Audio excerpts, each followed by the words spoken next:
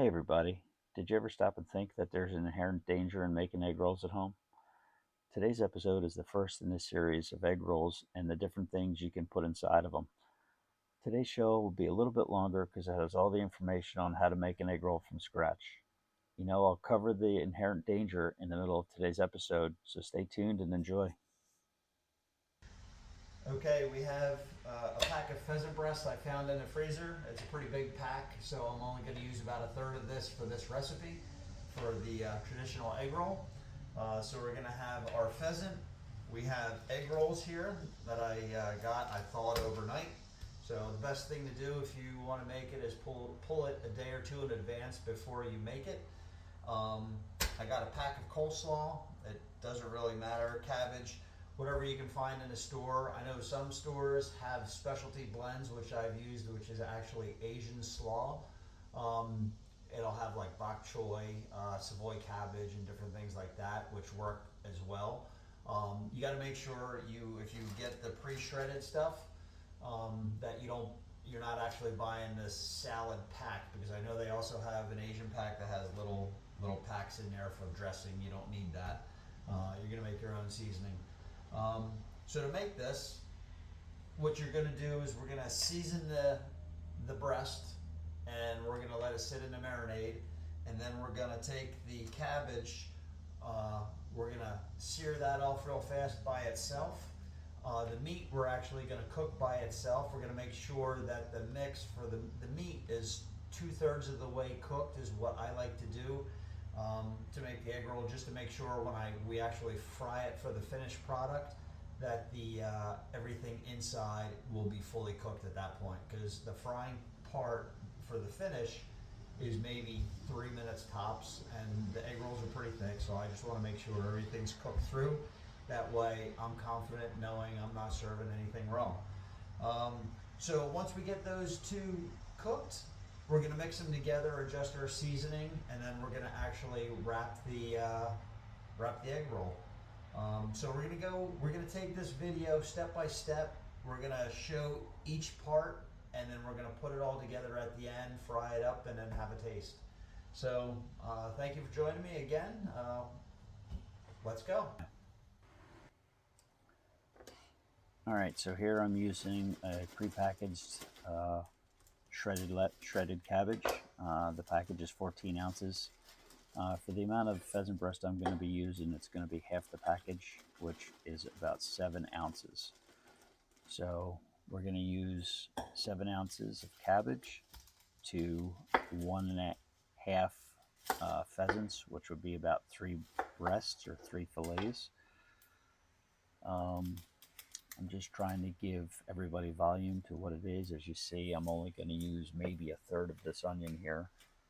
It doesn't matter how you chop it. Nice and thin, just the same. Whatever you do is going to be the same size as the cabbage, just so it cooks evenly.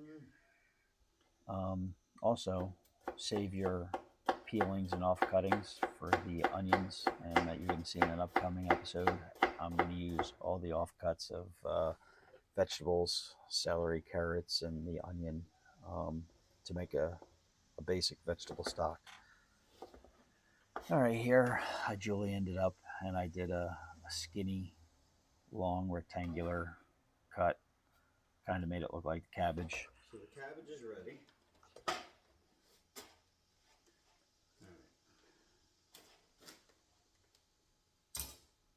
Now I freezer packed my pheasants. Any of the wild game, it just seems to last longer, keeps it fresher. You don't have to run out and buy a vacuum sealer. Ziploc bags would be best, and if you don't do that, what I've done in the past before I wanted to spend money specifically for the vacuum seal or for the Ziplocs, I would just triple wrap my breast. I would make them in smaller packs, and I would triple wrap them in saran wrap or plastic wrap, and that does the trick as well. A little more plastic, but most importantly, the breasts stay. It keeps it from being freezer burnt.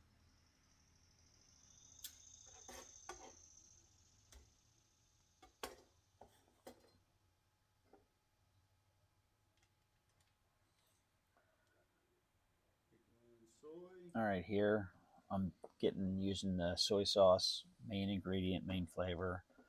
Be careful how much you add because of the salt.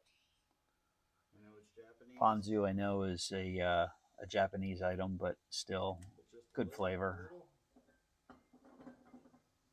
Gives it a little bit of a florally essence to it. Makes it a little sweet. Sweet and salty is always good. Ginger. If you have fresh ginger at home, this day I didn't have fresh ginger, so I fall back on my the powder. Again, pickled ginger, a little bit of acidity and a lot of sweet. So I'm just trying to get my mix of sweet and savory in there. Just trying to balance flavors is all you're really trying to do. You can always adjust this to your preference as well.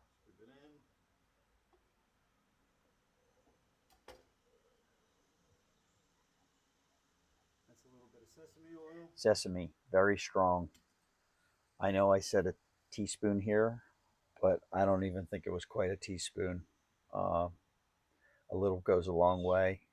If you're not sure, you never used it before, just do little dots until you find the amount you like, because it can overpower the dish and just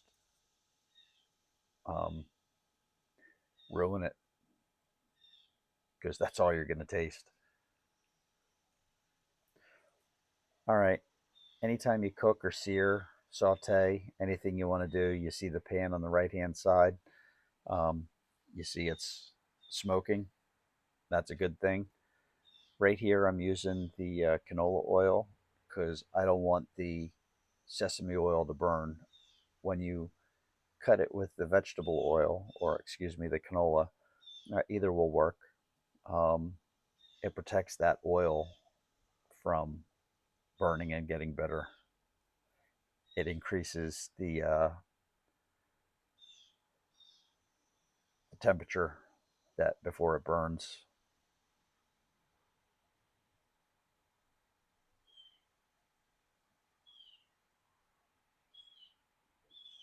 This burner, that's high, but that's like a medium high.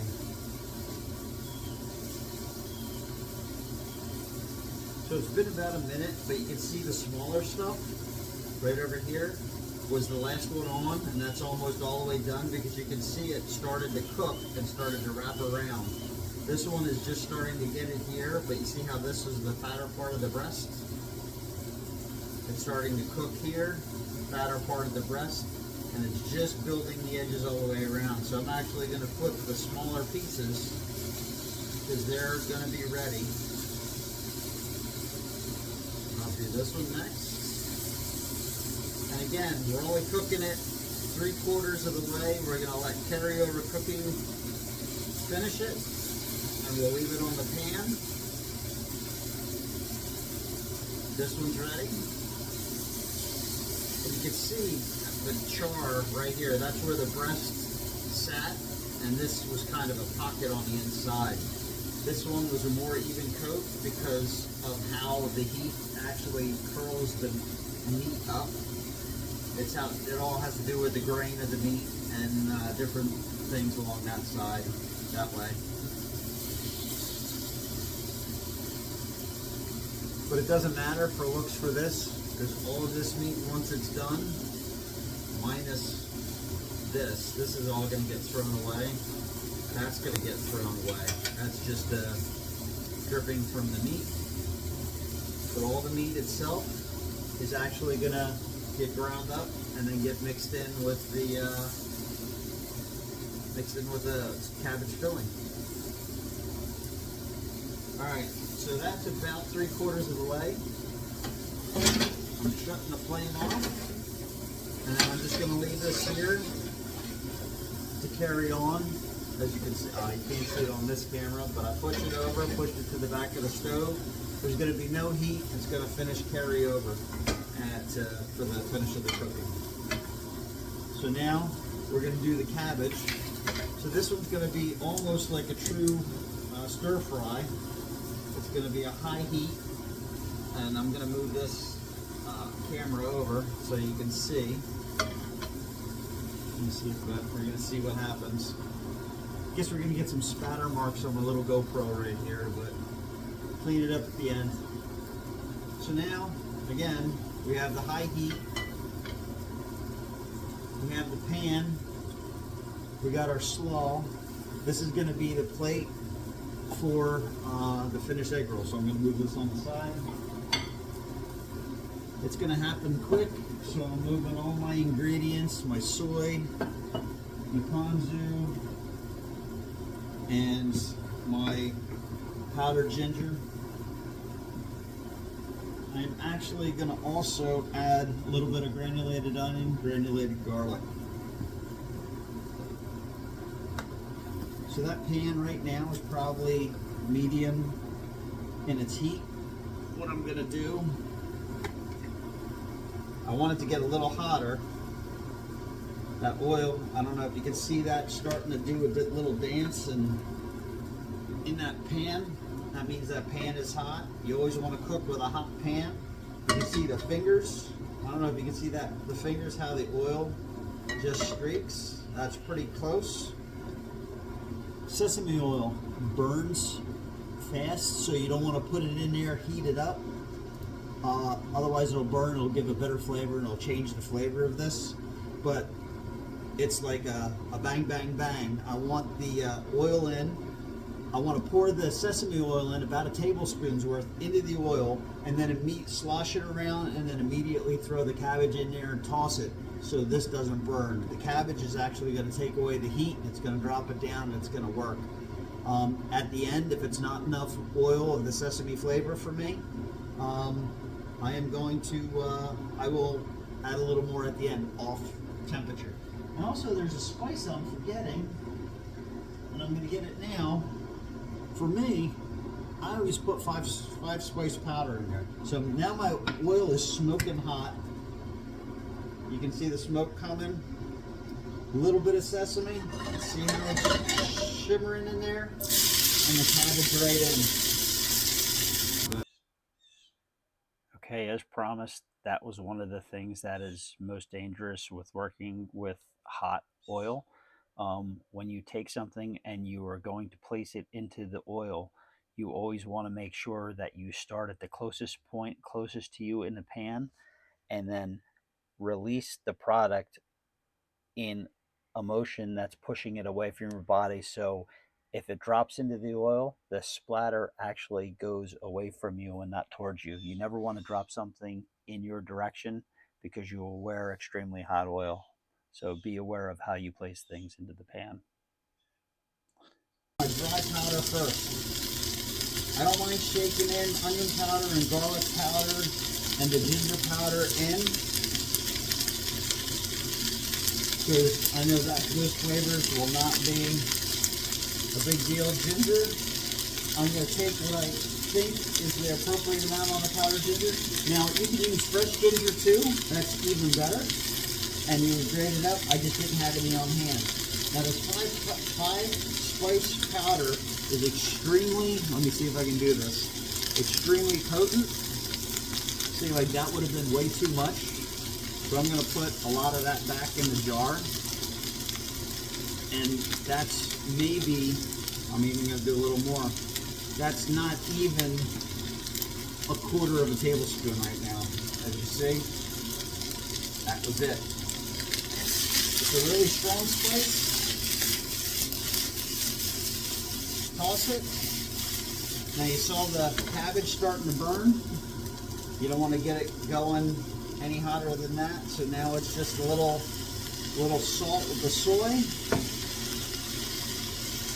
And a little sweet caramelly kind of flavor, swirly with the ponzu. Toss it 30 seconds. That really smells good. Now take the heat off. Now we're done. So from here, we're going to let this cool. And if you think, like I'm looking at this now, this is going to be carryover. It's going to wilt my cabbage too much. So I'm going to take the original bowl that had the cabbage and I'm going to slide it in there. I just need to get a fork. So that way the pan, it's going to take longer for the pan to cool down, and I don't want this cabbage to be mush, but I want it to be cooked and everything to be the same consistency when you actually eat the egg roll. So that's out of the way. Now for here, this camera, we're going to show, see how it's wilted? Now we're going to go up here. See how the cabbage is just wilted? I knew there was a big piece in here, right here, which is the same thickness. But I'm going to cut a piece of that. I don't want to stuff it all in my mouth. So I'm going to make it smaller.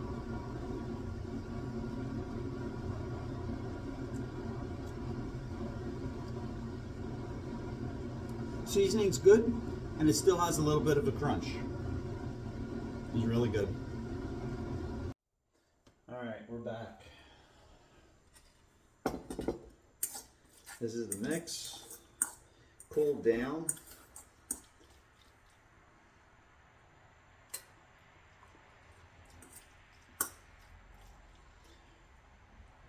And here's where you want to taste your ingredients.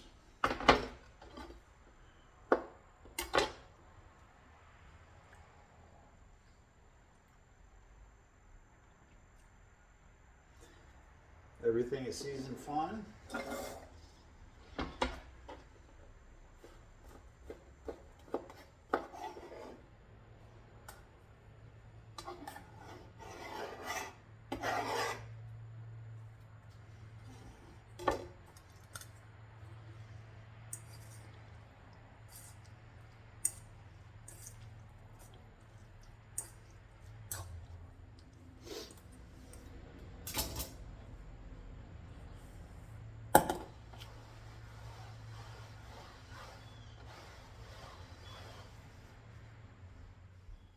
All right, basically we're getting ready to wrap the egg rolls here. I'm taking the egg. I'm going to make an egg wash. I'm going to mix about the equal amounts of water to the volume of egg that came out of the shell. And that's what's going to be used to seal the egg rolls as you wrap them.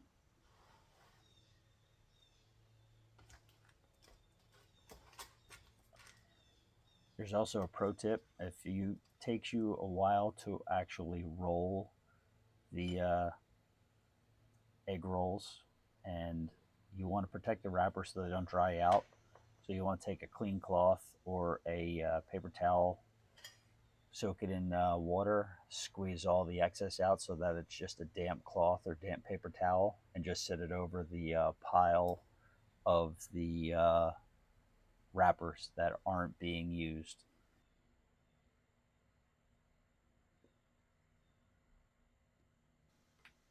Okay, first thing you notice is you take all the ingredients. You want to make sure there's a nice border all the way around. You don't have to do that as the first step. I think the easier part would be to do the egg wash first to go around all the four sides. What you see here is the way I like to wrap it. The two side corners in, the 3 and 9 o'clock positions from you as you're facing it. And then you take the 6 o'clock position, fold it up and over, tuck it in like a burrito, and then you roll it to the 12 o'clock position, which would be the point that you see there. You just want to make sure all the sides are pushed together and everything is locked in place. I put it on a plastic wrap on top of the plate because I find that when it sits after a while, if it sits on the plate, it tends to get stuck easier. It's just easier to pull off of the plastic wrap. So when you lie them in, don't lay them on top of each other, and just put them on a plastic wrap and cover them with plastic, and you should be good. So don't discard it if you have a broken one. Just put that broken piece on the 6 o'clock position closest to you, because that'll be on the inside of the egg roll. You'll never see it. So don't waste the egg roll. Now, if it splits in half, that's a different story. It's tougher to overcome. That I would get rid of or make a smaller type of wonton or something, depending on how it rips. But in this pack, I think I have a I think it's 24 in this pack. So I push it in. I try and keep the sides tucked, as you saw my fingers. Tuck it in like a burrito. Just roll and make it tight. You don't want to press it because you'll actually break the wrapper. It just wants to be snug, not extremely tight.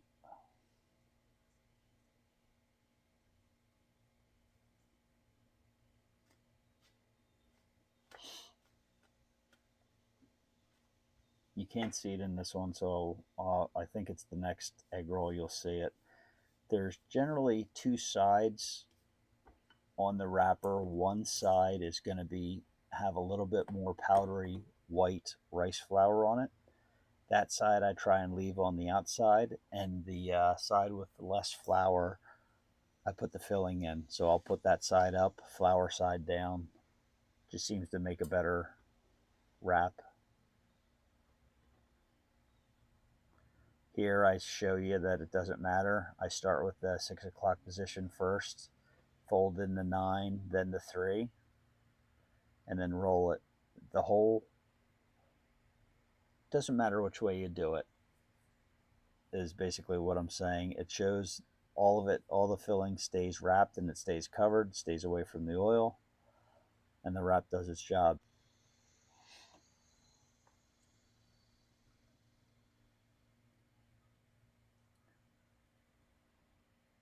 All right, you can feel the thickness. I knew it was two of them stuck together. And this is what happens sometimes. Now you can see how that has a more powdery of a substance on this one side. This is the side that's going to be down.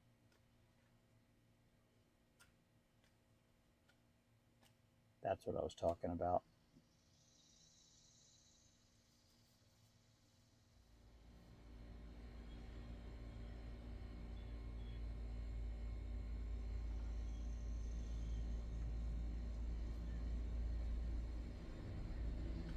All right, now we're getting to the dangerous part.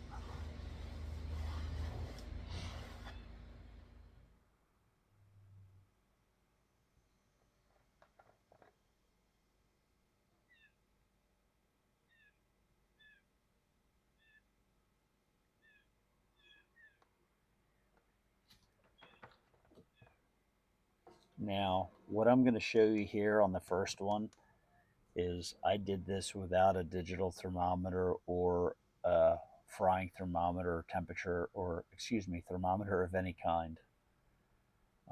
It can be done, but it's going to be a lot more difficult to control the temperature, as you'll see in the egg rolls and the finished product. They'll be varying in color from lighter golden to dark golden. I just left this part in because I thought it was neat how the oil was heating up.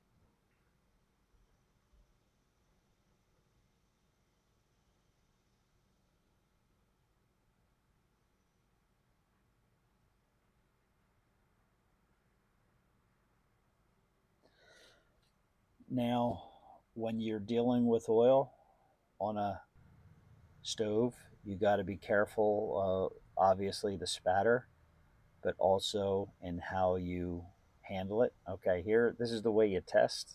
If you don't have a thermometer, you see how it immediately started to bubble? You know the oil is up to temperature, but you don't know exactly where. I always put seam sides down, and I want enough oil to cover the egg roll about halfway. Now, if you are lucky enough to have a, a little mini home residential deep fryer, that's the best thing to use because it's temperature controlled. But you can do it in a pan.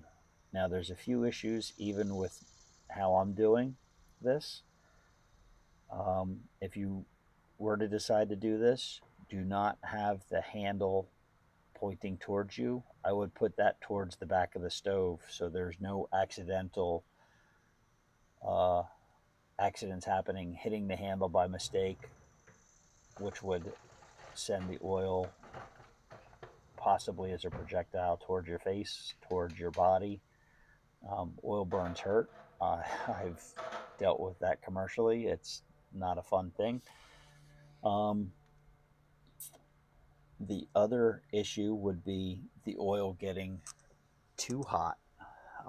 If it gets up too hot, you can actually combust. You want to maintain, you never want to walk away from oil on the stove. Um, Here, I think the oil, just by watching the egg roll wrappers react to the oil, it seems like it's not hot enough. But in all honesty, I did episode, my second episode on egg rolls the day after, and I did it with a digital thermometer, and this was probably about 350 degrees when it was in the middle of the stove. And now I'm going to be probably pushing 375, 380, which is the top end. I was probably over 380 in my opinion, because just the way the oil browned and comparing it to what I did the next day with the second batch of egg rolls. Um, yeah, those are the things you got to watch out for. You know, oil is not, it's makes food taste good, but it also is basically a dangerous animal. So just please use care when you're doing this.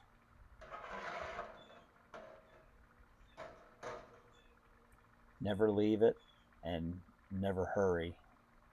When you hurry, that's how accidents happen. So let's cover a couple other safety tips now. So if that pan ever did catch fire, you don't want to lift it up off the stove. You don't want to take it away. You just want to take what I would do is the round drain pan that you see with the tongs there. I would take that, put it right over top of it, cut the oxygen supply to the oil, and also shut off the burner down below. The other thing you should have, which I do have, you see in my back clips, just off camera to the left of the egg roll, I have a big container of flour.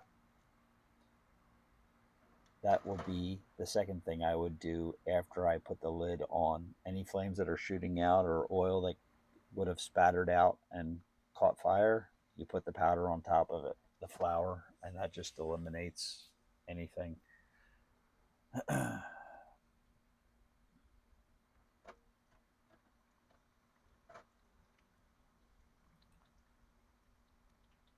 But prevention is a pound of cure. Safety is just take your time, do it right. If you have to invest in something, invest in a digital thermometer. It gives you an instant read, and that is what will keep you the safest. You can see here how it's gotten dark. Parts of it stuck to the bottom of the pan.